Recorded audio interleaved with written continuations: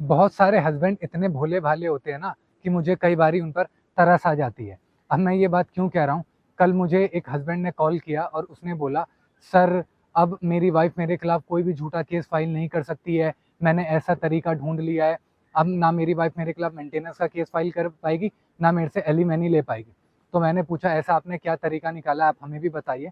तो उसने बोला कि सर मैं शादी करने से पहले, जिस भी लड़की से शादी करूंगा उससे पहले एक ऐसा एग्रीमेंट बना लूंगा जिसमें सारी चीज़ मेंशन होगी कि लड़की जो होगी वो मेरे खिलाफ फ्यूचर में मेंटेनेंस का केस फाइल नहीं कर पाएगी, और ना ही मेरे खिलाफ कोई झूठा केस फाइल कर पाएगी, और ना ही मेरे से एलिमनी ले पाएगी। मैं शादी से पहले एक ऐसा एग्रीमेंट बना के साइन करवा लूंगा। तो मैंने उसे बोला कि आप बहुत अभी भोले भाले हो, ऐसे एग्रीमेंट की किसी भी तरीके से वैलिडिटी नहीं है, ऐसा एग्रीमेंट जीरो है। इस एग्रीमेंट को कहते हैं प्रीनप्चुअल एग्रीमेंट।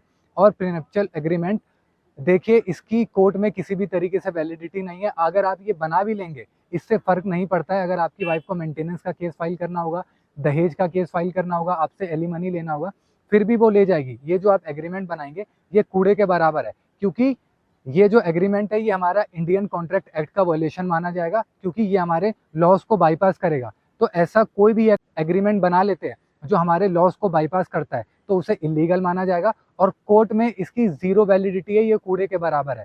तो इससे आपको बनाने का कोई फायदा भी नहीं है। वाइफ के पास ये राइट है, लॉ ने ये राइट दे रखा है कि वो मेंटेनेंस का केस फाइल कर सकती है, एलिमनी क्लेम कर सकती है, जो जो उसके साथ गलत हुआ है वो केस फाइल कर सकती है। आप भले कितना भी एग्रीमेंट बना लो, उससे फर्क नहीं पड़ता है।